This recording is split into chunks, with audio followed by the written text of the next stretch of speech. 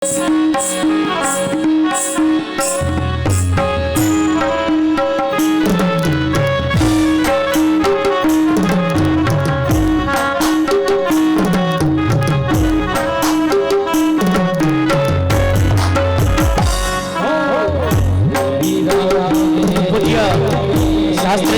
કથા મંડપમાં પધારી રહ્યા છે. આપણે સૌ કોઈ પોતાના સ્થાન ઉપર ઊભા થઈ પોતાના સ્થાન ઉપર ઊભા થઈ એમનું અભિવાદન કરશું.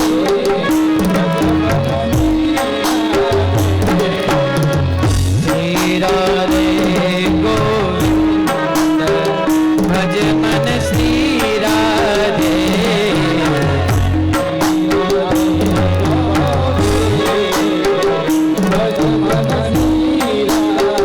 સૌ કોઈ પોતાના સ્થાન ઉપર ઉભા થઈ જશું. પૂજ્ય શાસ્ત્રીજી કથા મંડપમાં પધારી રહ્યા છે. એમના સ્વાગત માટે આપણે સૌ કોઈ ઉભા થઈ અને પ્રેમથી ભગવાન કૃષ્ણના ગુણગાન ગાઈએ. પ્રેમ સે ગાઈએ.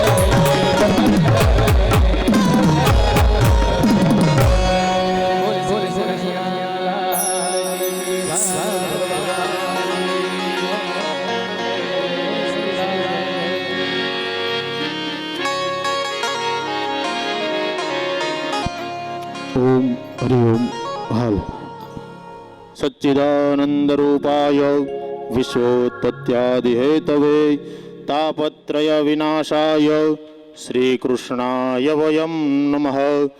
ओम नमो भगवते वासुदेवाय नमः। ओम श्री कृष्णाय नमः।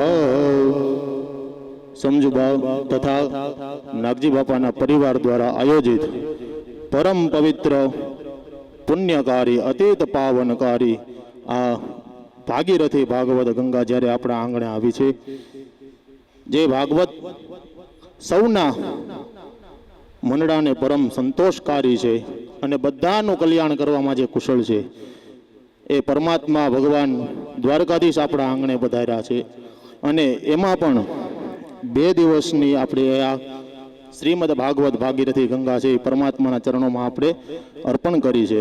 આજે ત્રીજા દિવસ બપોર પછીનું સત્ર પરમાત્માનું જ્યારે આપણે પ્રારંભ કરવા જઈ રહ્યા છીએ, તો આ કથાની અંદર ઉપસ્થિત તમામ જે પણ અતિથિ ગણો, મહેમાન ગણો, જે સત્પુરુષો પધાર્યા છે, તેમનું વ્યાસપીઠ તરફથી તથા આ પરિવાર વતી બધાનું આ કથાની અંદર હાર્દિક હાર્દિક સ્વાગત છે। વધારે સમય ન લેતા ચાલો આ પવિત્ર પાવનકારી ભાગીરથી ગંગાનું શ્રવણ કરવા માટે આપણે રવિદાદાને નિવેદન કરીએ કે કથાનો દોર આગળ ચલાવે।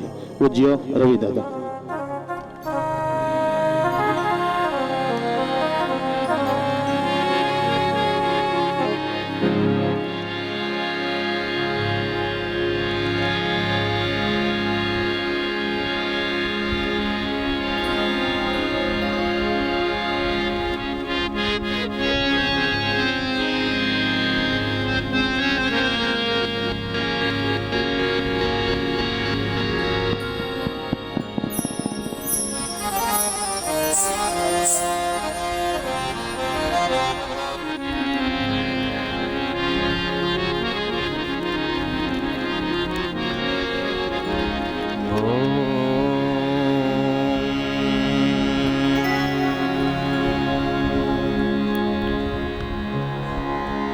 स्वस्ति श्री गणेशाय नमः।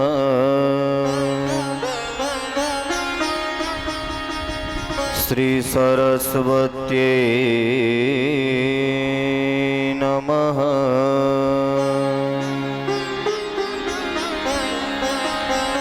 श्री राधा कृष्णाभ्यां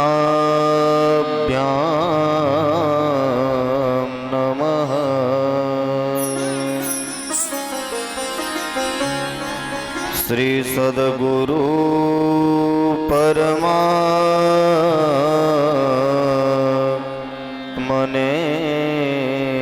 નમઃ.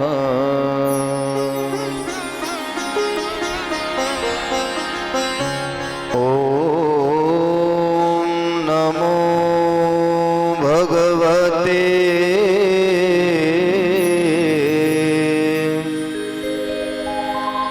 વાસુદેવાય.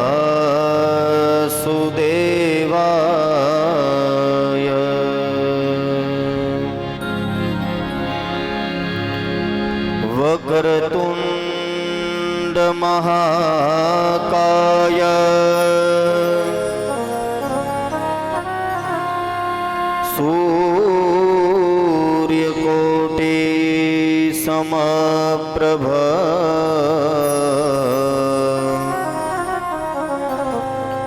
નિર્વિઘ્નં કુરુ મે દેવ. સર્વકાર્યેષુ સર્વદા.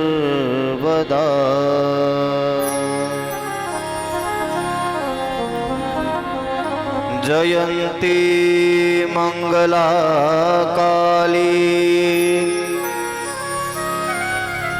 ભદ્રકાલી કપાલિની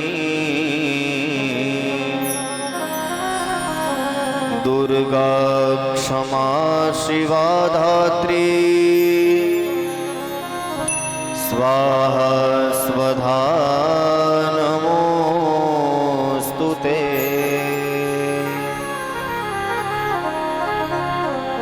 નિધયે સર્વવિદ્યાનાં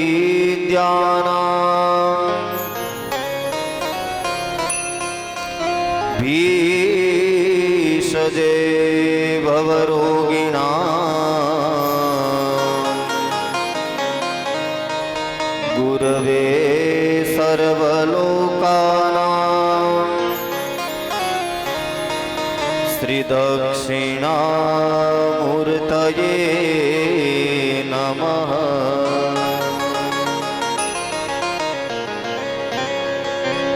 વંશી વિભૂષિતકરાં નવનીરદાભા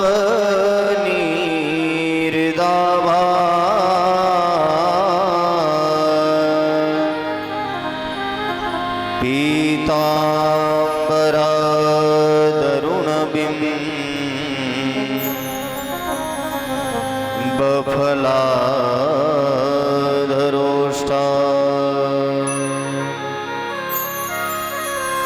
પૂર્ણેન્દુ સુંદરમુખા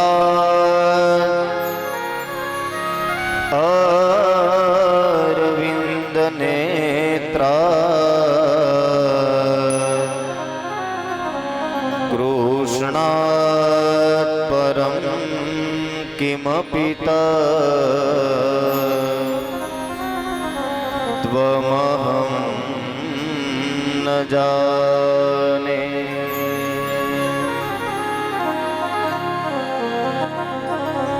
આઈએ હનુમંત બિરાજીએ કથા કરો મતિ અનુસાર પ્રેમ સહિત ગાદીધરો પધારો પવન કુમાર.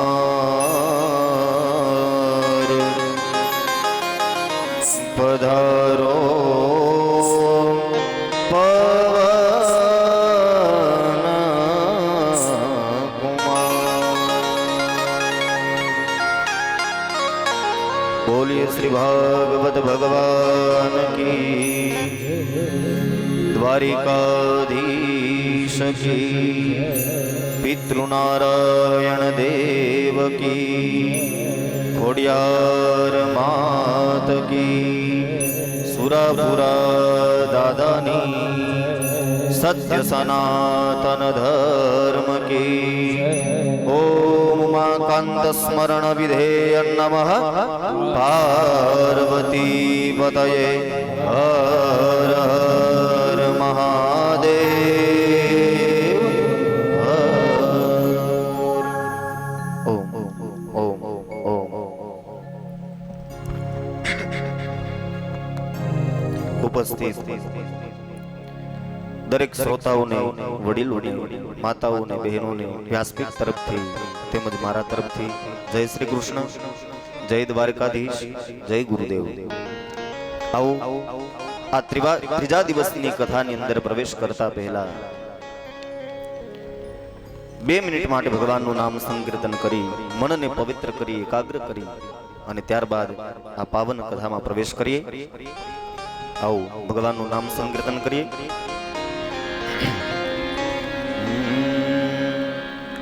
રામ નામ દે છે બધાને આરામ, બધાને આરામ, પ્રેમ મુદિત મનથી બોલો રામ રામ રામ। ઇફેક્ટ नाम देता है सबको आराम, सबको आराम, प्रेम मुदित मन से बोलो राम राम राम। नाम देता है सबको आराम, सबको आराम, प्रेम मुदित मन से कहो राम राम राम। नाम देता है सबको आराम, सबको आराम, प्रेम मुदित मन से बोलो राम राम राम।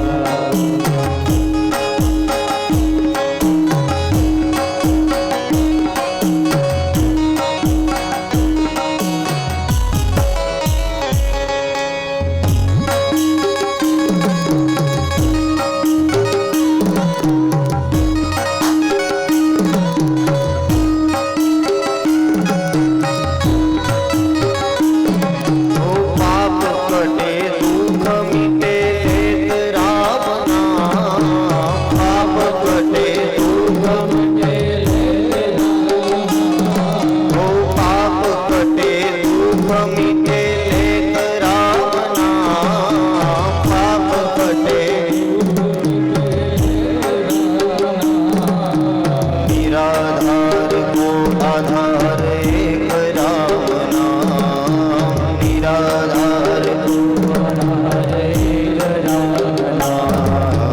राम नाम देता है सबको आराम, सबको आराम, प्रेम मुदित मन से कहो राम राम राम राम। सबको आराम, सबको आराम, प्रेम मुदित मन से कहो राम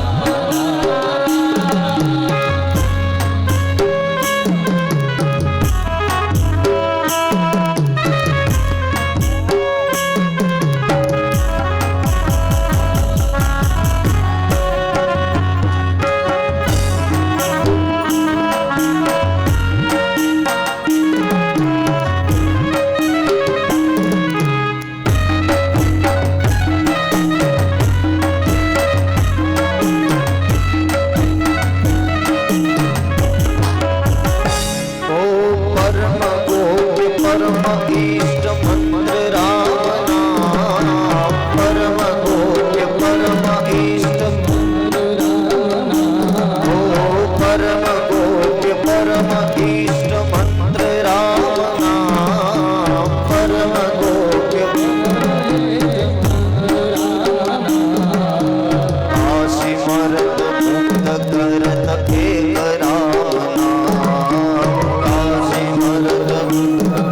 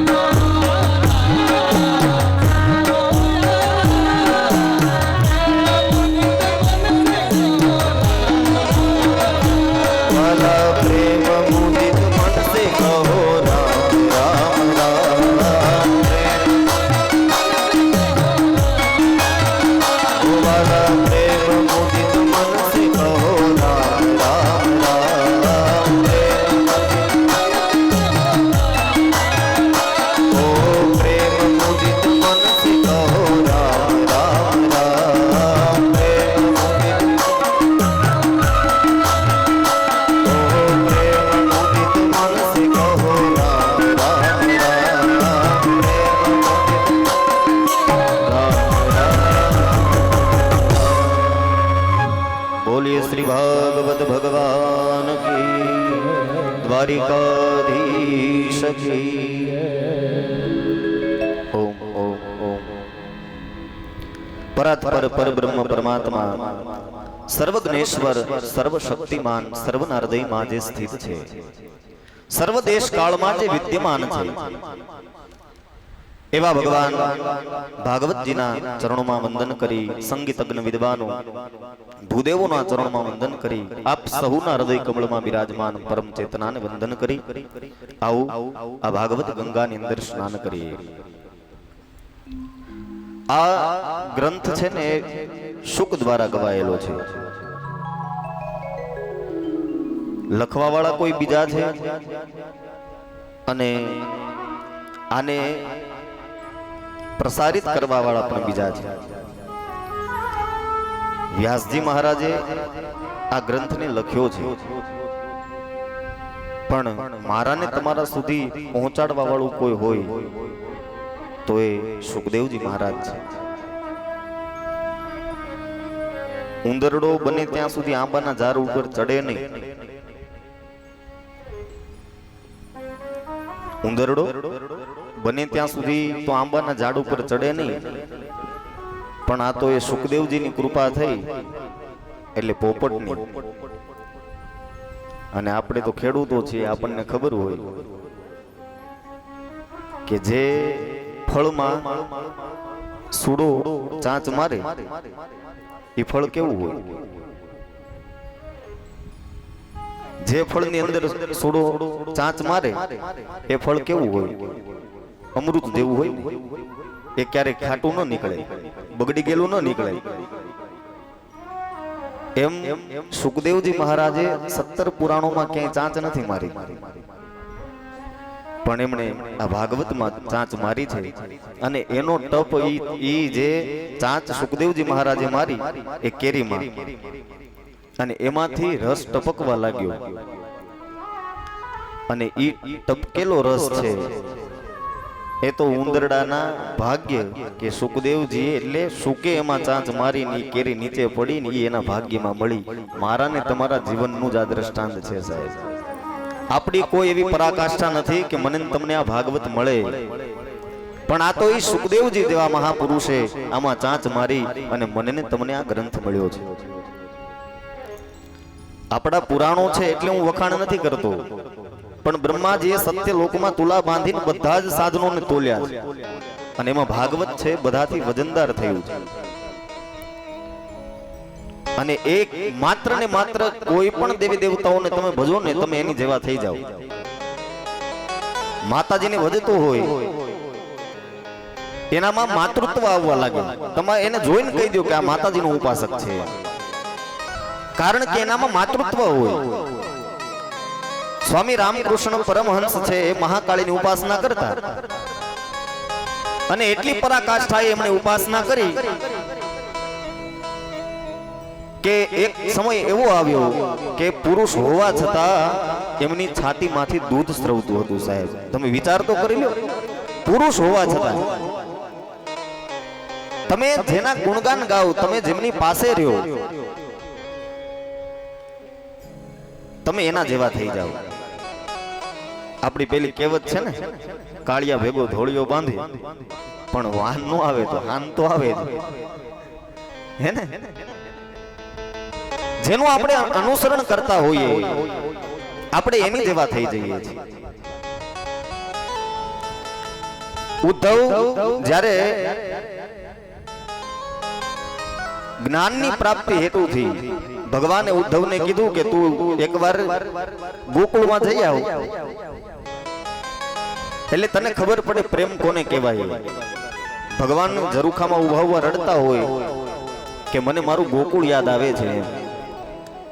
અખિલ બ્રહ્માંડનો નાયક છે અને ઈ ઉભો ઉભો રડતો હોય ત્યારે ઉદ્ધવને આ જઈને કહે છે કે મહારાજ આ બધું તો આપણે મળ્યા એનું ભાગ્ય છે।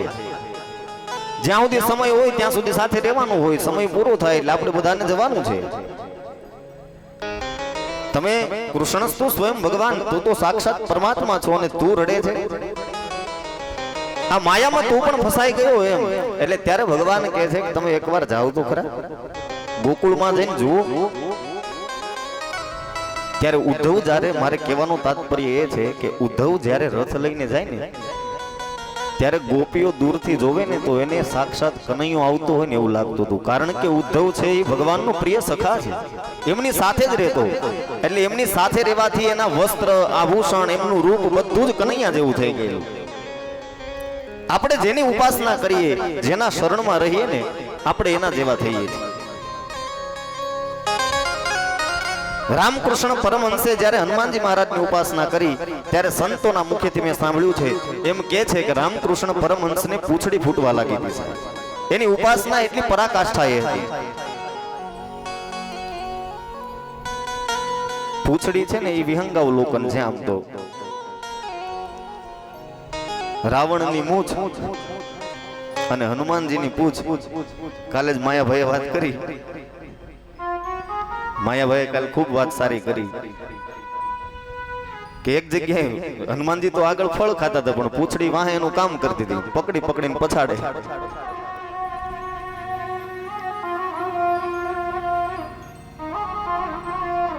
જે ભગવાનનો ભક્ત થાય ને એની પૂંછ વધે. પૂંછ એટલે પ્રતિષ્ઠા છે. ભગવાન રામે જ્યારે રાવણ સાથે યુદ્ધ કર્યું અને યુદ્ધ પૂરું થયું, ભગવાન જીત્યા. જેમણે જેમણે એમને કંઈક આપ્યું હતું, એમનો સાથ આપ્યો તો એ બધાને ભગવાને કંઈક ને કંઈક આપ્યું છે. સુગ્રીવને કિષ્કિંધાનું રાજ્ય આપી દીધું. પછી તો કે વિભીષણને લંકાનું રાજ્ય આપી દીધું. જે જે એમની સાથે મૂળ હતા લડવામાં એમને કંઈક ને કંઈક ભગવાને આપ્યું છે. પણ જ્યારે હનુમાનજીનો વારો આવ્યો ત્યારે હનુમાનજીને બથ ભરીને ભગવાન રામ એટલું જ કહે છે કે હનુમાન, હું બધાના ઋણમાંથી મુક્ત થઈ શકું પણ મારા બાપ તારા ઋણમાંથી હું ક્યારેય મુક્ત નહીં થઈ શકું. કારણ કે ઈશ્વરને બાંધવા માટે માત્ર ને માત્ર કોઈ જોઈતું હોય ને તો એ ભક્તિ છે. અને તમે ભક્તિમાં પડો એટલે કુદરતી તમને આનંદ આપોઆપ આવે. આગળ કથા આવશે મૈત્રેયજી અને વિદુરજીની. ભગવાન જ્યારે સ્વધામ ગમન કરે ત્યારે ઉદ્ધવજીને એમ કહે છે કે તમે વિદુરજીને મળીને એમ કહેજો કે મૈત્રેયજી પાસે જાય, એમને મેં થોડુંક જ્ઞાન આપ્યું છે, મારે એમને સંભળાવવું છે. એટલે ત્યારે ઉદ્ધવ છે એ વિદુરજીને મળે અને વિદુરને એમ કહે છે કે વિદુર, આ દુનિયામાં કનૈયાએ કોઈને છેલ્લે યાદ નથી કર્યા. 16,108 પટરાણીઓ હતી, ભગવાને એને યાદ નથી કરી. આ ધરાતલ છોડીને જતા હતા ત્યારની વાત છે. 16,108 રાણીઓ હોવા છતાં એમણે કોઈને યાદ નથી કર્યા. નથી રાધાજીને યાદ કર્યા, નથી વસુદેવ, દેવકી, નંદ, યશોદા, કોઈને યાદ નથી કર્યા. ભગવાને છેલ્લે તમને યાદ કર્યા છે. કનૈયો એમ કે છે કે જેને જેને મને માખણ આપ્યું ને એને મેં મુક્તિ આપી છે. જેને જેને મને માખણ આપ્યું એને મેં મુક્તિ આપી છે. કોઈના ઋણમાંથી હું મુક્ત થયો એવું છે નહીં. પણ ઉદ્ધવ, એક ઋણમાંથી હું મુક્ત નહીં થઈ શકું કે પ્રભુ એ કોનું ઋણ છે. ત્યારે એમ કે છે કે એ વિદુરનું ઋણ છે, એના ઋણમાંથી હું ક્યારેય મુક્ત નહીં થઈ શકું. મેં બધાને કંઈક ને કંઈક આપ્યું છે. કોઈ ફળ દેવા આવ્યા તો એને મેં મોતી આપ્યા છે, પણ એક ઋણમાંથી હું મુક્ત નહીં થઈ શક્યો, વિદુરજીના ઋણમાંથી. એની ભાજી ખાધી, એનું મેં એને કંઈ આપ્યું નથી. એટલે બસ આ મારો છેલ્લો સંદેશો છે, એ તું એને આપી દેજો. એટલે જેનું અનુસરણ કરીએ આપણે એના જેવા થઈએ છીએ. અને ઈશ્વરને ભક્તિ, આપણામાં ભક્તિની પ્રાધાન્યતા શું છે? આપણામાં ઈશ્વર પ્રવેશ કરે એનું મુખ્ય કારણ શું? તમને કેમ ખબર પડે કે આપણે ભક્તિ વાળા થઈ ગયા, કે આપણામાં ઈશ્વર પ્રવેશ કરી શક્યો? એનું એક જ કારણ, તમે કોઈ પણ અવસ્થામાં હોય તમને આનંદ જ આવે. જ્યારે જ્યારે તમને આનંદ આવે ને ત્યારે તમારે સમજવાનું કે આપણામાં ઈશ્વર પ્રવેશી ગયો છે.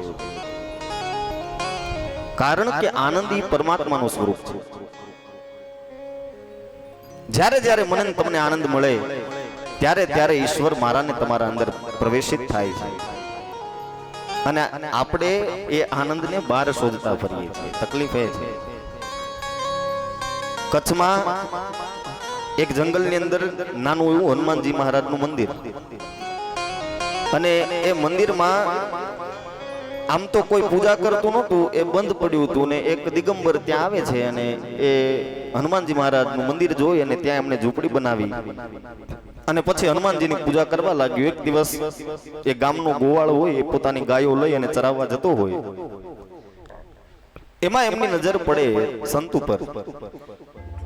લાંબી જટા છે, ભસ્મના ત્રિપુંડો તાણેલા છે અને ઈ મહાપુરુષ હનુમાનજી મહારાજની ઉપર તેલ ચડાવી અને એમની પૂજા કરતો હોય. આ જોઈ અને ગોવાળ એમાં મોહિત થાય કે ઓહો, આ આપણા પરગણાને પાવન કરવા માટે કોઈ સંત સાધુ આ બાવલીઓ આપણા પરગણામાં પધાર્યો છે ને આની ખબર તો બધાને પડવી જોઈએ.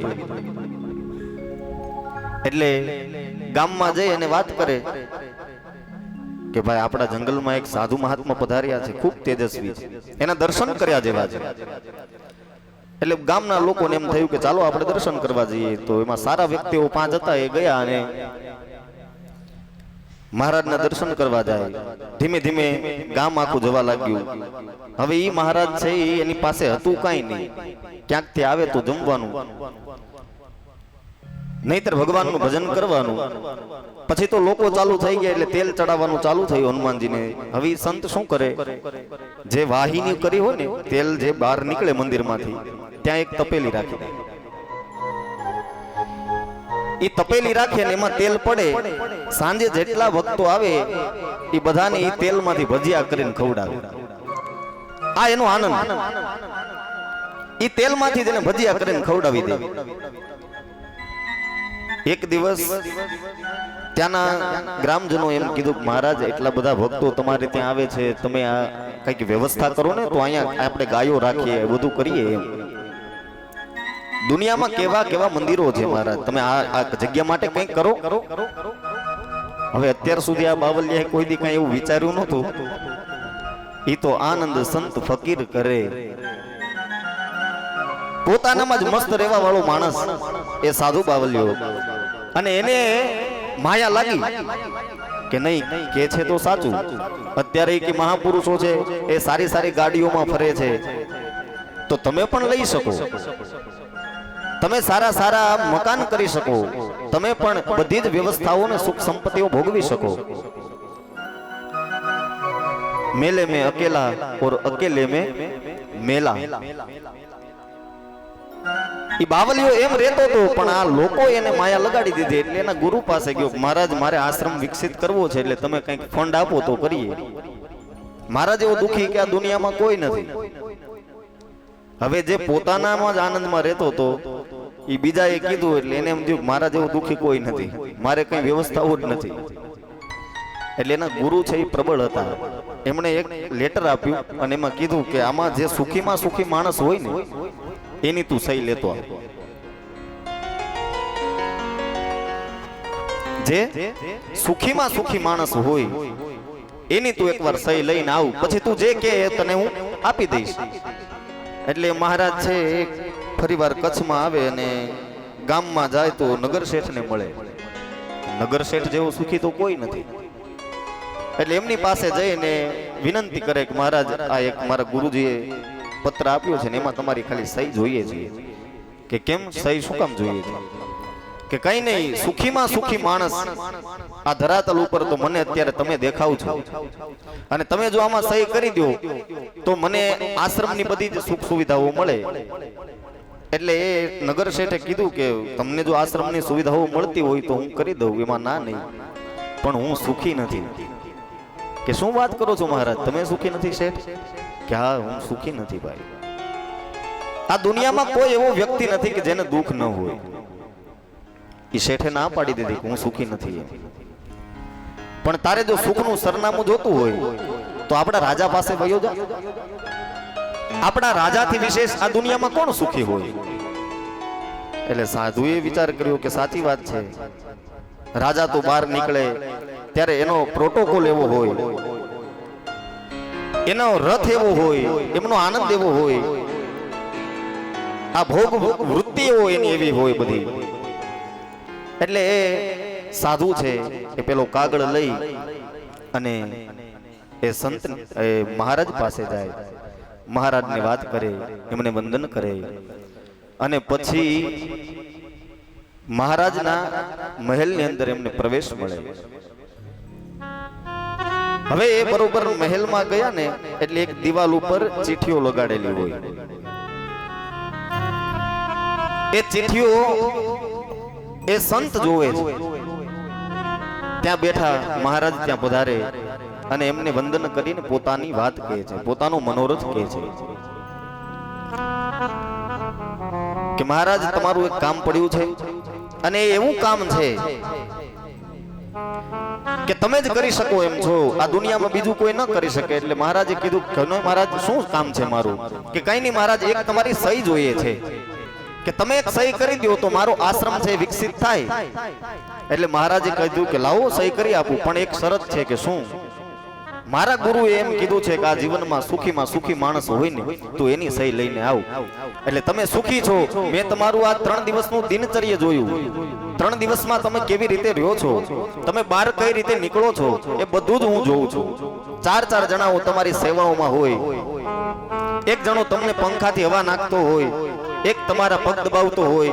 આ બધી જ ક્રિયાઓ મેં જોઈ છે. એટલે મને એમ થયું કે સુખીમાં સુખી તમે છો. ત્યારે મહારાજે 2 હાથ જોડીને સંતને કીધું કે બાવલિયા, તમારી બધી વાત સાચી છે પણ હું સુખી નથી. કે શું વાત કરો છો મહારાજ, તમે સુખી નથી? કે હા, હું સુખી નથી. તમારે શું પ્રોબ્લેમ? ત્યારે મહારાજે જે વચ્ચે દિવાલ હતી ને એમાં ચીઠીઓ લગાડેલી હતી અને એની સામે આંગળી ચીંધીને કીધું કે ભાઈ, આ દિવાલ ઉપર તને ચિઠ્ઠી દેખાય છે? કે હા. કે એ ચિઠ્ઠી છે ને મારી પત્ની એટલે રાણી છે, એ મારી સાથે ગયા 6 મહિનાથી બોલતી નથી. આ ચિઠ્ઠીઓમાં એને જે કામ હોય એ આમાં લખીને ચોંટાડી દે છે. અમે 6 મહિનાથી બોલતા નથી. રાજાને રાણી છીએ છતાંય અમે નથી બોલતા. એટલે આ દુનિયામાં સુખી હું નથી. આ તને બહાર જે દેખાય છે એવું હોતું નથી. રાણીને ખબર છે કે હું જો એમની સાથે બહાર નહીં જાઉં તો અમારું રાજ્ય જતું રહેશે, અમારું માન નહીં રહે. એટલે એ ભેગા ચાલે છે પણ હું સુખી નથી. પણ તારે જો સુખનું સરનામું જોતું હોય, સાંભળજો, એ રાજાનો જવાબ છે. એ રાજાએ એમ કીધું એ સંતને કે તારે જો સુખનું સરનામું જોતું હોય ને તો આપણા કચ્છમાં આ ગામની બાજુમાં એક જંગલ છે અને એ જંગલમાં એક હનુમાન દાદાનું મંદિર છે અને એ મંદિરમાં એક બાવલીઓ પૂજા કરે છે. એમાં વાહિનીમાંથી જે તેલ નીકળતું હોય એ તેલ એક તપેલીમાં ભરી અને રાત્રે જેટલા ભક્તો આવે ને એને ભજીયા ખવડાવે. આથી આનંદ મેં દુનિયામાં બીજો ક્યાંય જોયો નથી સાહેબ. એટલે તારે સુખ જોતું હોય અને સુખનું સરનામું જોતું હોય ને તો એ બાવલિયા પાસે વિયોજા. કારણ કે મારું મન જ્યારે ઉદાસ થાય ને ત્યારે હું સામાન્ય વસ્ત્રો ધારણ કરી અને બાવલિયાની પાસે બેસું. 15 મિનિટ હું એમની પાસે બેસું ને ત્યાં મને પોરહના પલા છૂટવા માંડે. એવો માણસ છે, એવું એમનું દિવ્ય ચરિત્ર છે. એટલે તું એમની પાસે જતો રહે. ત્યારે એ બાપુએ વિચાર કર્યો, ઓહો, આ હું દુનિયામાં આનંદ ગોતું છું, સુખ ગોતું છું, પણ હકીકતમાં એ સુખ ક્યાં છે? તો કે મારી પાસે. મારા જેવો દુનિયામાં કોઈ સુખી નથી. એટલે આપણે પણ પરમાત્માને બધે ગોતીએ છીએ, પણ જે સમય મળે સાહેબ એમાં આનંદની અનુભૂતિ કરી લ્યો. કારણ કે જે એક સમય હતો હજારો વર્ષો સુધી આપણે જીવતા, હજારો વર્ષો સુધી. પણ હવે તો માણસનું આયુષ્ય ટૂંકું થઈ ગયું. બ્રાહ્મણોને પગે લાગે ને તો પેલા બ્રાહ્મણો એમ કહેતા 27 ભવ, 100 વર્ષનો થાય એમ. હવે તો આપણે કોકને કહીને 100 વર્ષનો થાય, મહારાજ તમારે દુખી કરવા લાગે. 100 વર્ષ દિવાળીને ક્યાં જવું છે? 50-60 તો પૂરું થઈ જાય એવા આશીર્વાદ આપો. હમણાં જ એક સંત છે એ પોતે કહેતા હતા, એ બ્રાહ્મણ, કે મારી પાસે એક યજમાન આવ્યો અને એને મેં આશીર્વાદ આપ્યા. એટલે એને આશીર્વાદમાં શું માંગ્યું ખબર છે?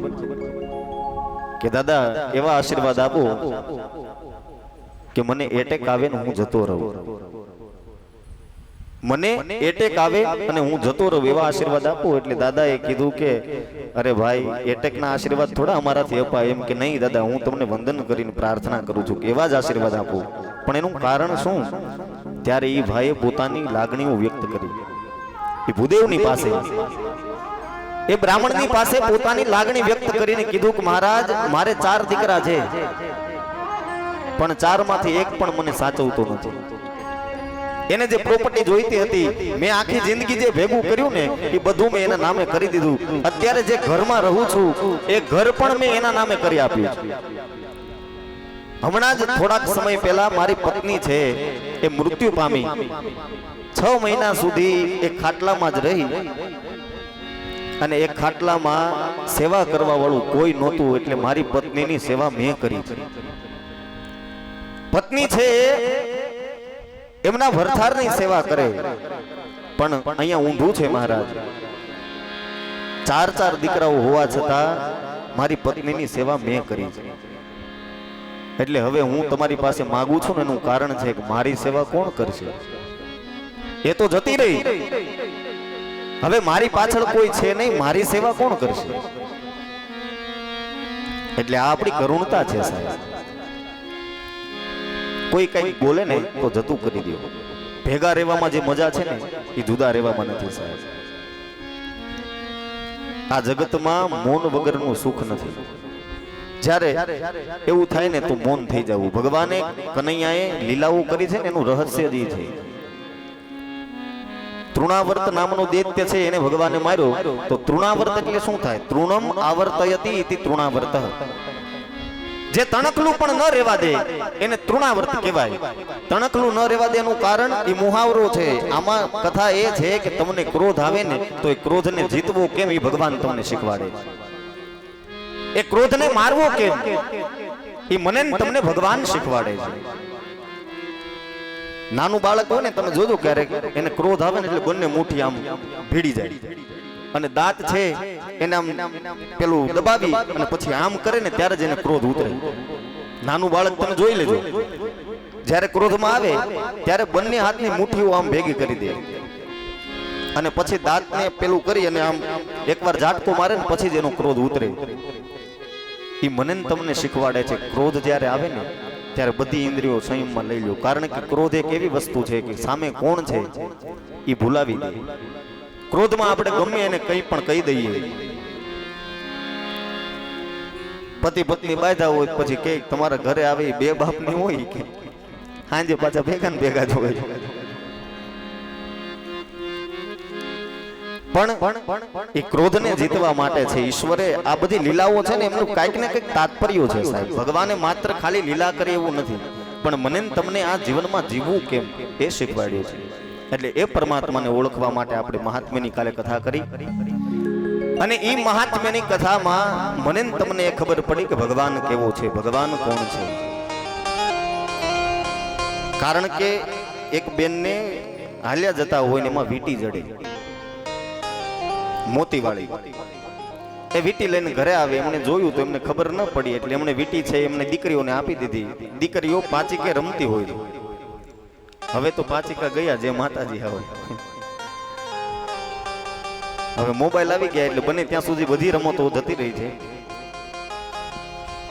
પણ દીકરીઓ પેલા પાંચીકે રમતી, એટલે એ છોકરીઓ છે પાંચીકે રમતી ને એમાં ઓલી વીંટી હોય એ ઉલાડતા હોય. બરોબર એમાં સૂર્યનો પ્રકાશ ને પડવું અને એક ઝવેરીને એના ઘરની અંદર પ્રવેશ કરવો અને એમની દ્રષ્ટિ એ વીંટી ઉપર ગઈ. ઝવેરીની આંખ છે ઓળખી ગઈ કે આ વીંટી કેટલાની છે. દીકરી પાસેથી લઈને એમણે હાથમાં રાખીને વીંટી જોઈ. એ વીંટી જોઈ ને એટલે એણે પછી એ વીંટી છે એ ઘરધણીને આપી અને કીધું કે બેન આને સાચવીને મૂકી દો.